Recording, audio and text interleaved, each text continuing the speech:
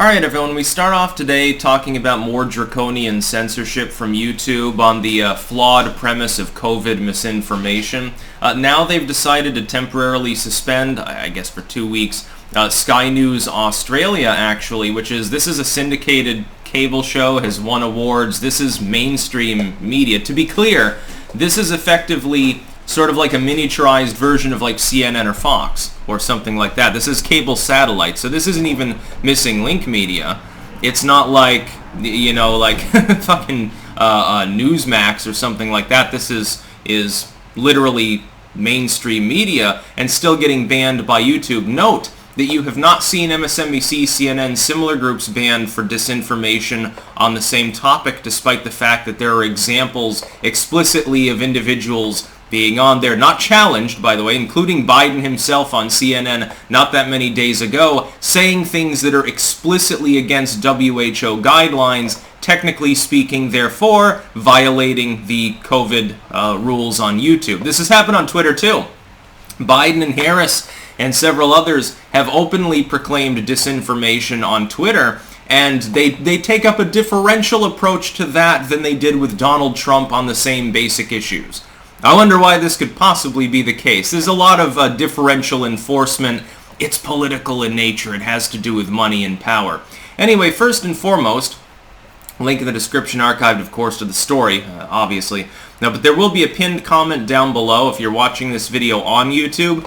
Keep in mind, shit like this is why I don't even talk about certain issues on YouTube. I just make them on other sites. So there will be 4 links in that pinned comment, as well as in the description, to other sites that I use where I can speak more freely, where things are more interesting, and usually where creators are significantly more rewarded for their actual work, which used to be how YouTube operated. Now you're buried behind a pile of junk, a bunch of priority horse shit, and they do stuff like this. Let me ask you this.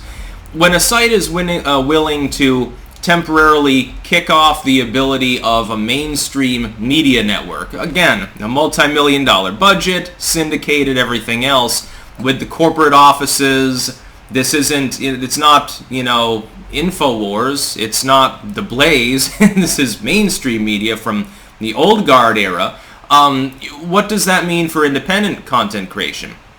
That means basically, if you're on YouTube at all, you're living on borrowed time if you cover any meaningful topics. Nobody cares if you do, like, coloring tutorials. Nobody cares if you're like, oh, hey, here's the top 5 ways to cook rice or something like that. Nobody gives a shit about that. You might get buried still behind priority content. Trust me, they're trying to weed through and get as many corporate contracts as possible because they're trying to turn it into the next Netflix. That being said, you're not going to get banned from the platform. You'll just disappear from the front page and never grow at all. If you're like me, and you do mainly socio-political commentary and current events, yeah, I mean, well, YouTube keeps expanding the definition of what is or what isn't allowed on the platform, so I guess they ran afoul of the COVID Disinfo guidelines that, again, the biggest problem with it is it's not even evenly enforced. So CNN can have a clip of Biden on there saying if you get vaccinated you won't get sick. That is false. It is explicitly false. There's a differential there, but it is now completely universally, objectively agreed upon that the vaccine, and they never even marketed this to begin with for the most part, doesn't give 100% immunity. That includes if you get the fucking booster shot. Biden lied on the CNN town hall. By the way, Don Lemon not challenging him at all. Now, under YouTube's guidelines, they do allow for disinfo, honk honk, I use that term loosely, if there is countervailing material in that same clip debunking it or opposing it or making it clear we don't agree with this, we're just providing this for criticism purposes. Then it's allowed. It's a one-sided sort of situation. You can have the material, but only if it's for the purpose of promulgating one particular set of scientific opinions. That being said, doesn't exist in the CNN clip.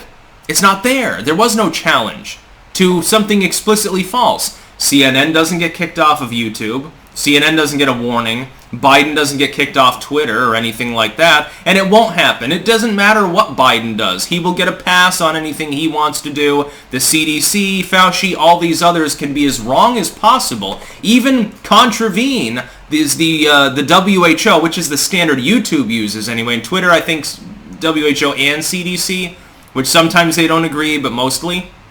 But anyway, they use that as a standard, but even people who are blatantly wrong, exposed as being wrong, can be proven to be wrong, and sometimes for political reasons, legit, explicit disinfo, are allowed on the platforms.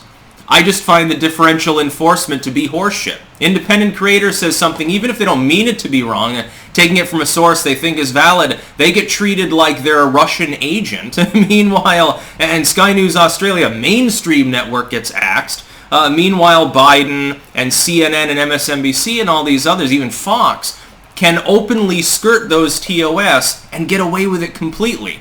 Even if an unbiased individual were to look at it, they would say, well, clearly this violates TOS. But here's the thing. Sky News Australia is clearly not marked as a priority creator. See, this is the thing. The priority system that now favors or disfavors you in algorithms for search and related videos, initially all it was about flagging. The automated systems were being deployed at that time, and they said, we need something to protect the bigger channels that we already partner with, we've got contracts with, they get a lot of views. A handful of content creators that are independent made it onto the list, like PewDiePie or someone like that, just as an olive branch to them. Basically, these people got priority status. Initially, what that meant was just the bot would skip over them for the purposes of flagging. Maybe for ads, for monetization, not even that in some cases. You had ads running on material that was related to war footage that would get anyone else demonetized. In fact, some people got banned for that. You remember in Adpocalypse, I think 2.0, in the second installment that was happening, and people were like, well, you're getting all these ads from automotive companies that have said that they won't do ads on certain material. I get demonetized, but it's still on the Young Turks. It's still on CNN. Why is it still there? They pledged that they wouldn't do this. And now you've got a situation where clearly you've got a differential enforcement between the priority creators, which initially it was just about preventing the algorithm from booting them off for commentary, for mundane purposes, to protect, to protect Jay Leno, to protect CNN and shit like that. It's being used differentially because those algorithms are being ramped up more and more. When mainstream networks, therefore, get targeted, clearly this isn't a priority channel. If it were a priority channel, this would not have happened. If this were on CNN, if the exact same clip, if the exact same claims were made by a guest on MSNBC, I can guarantee you there would have been no strike issued. YouTube is no longer a level playing field, even among corporate groups. It just depends how woke they are and how much they have paid to the ADL and similar groups like that. That's about all. Peace out.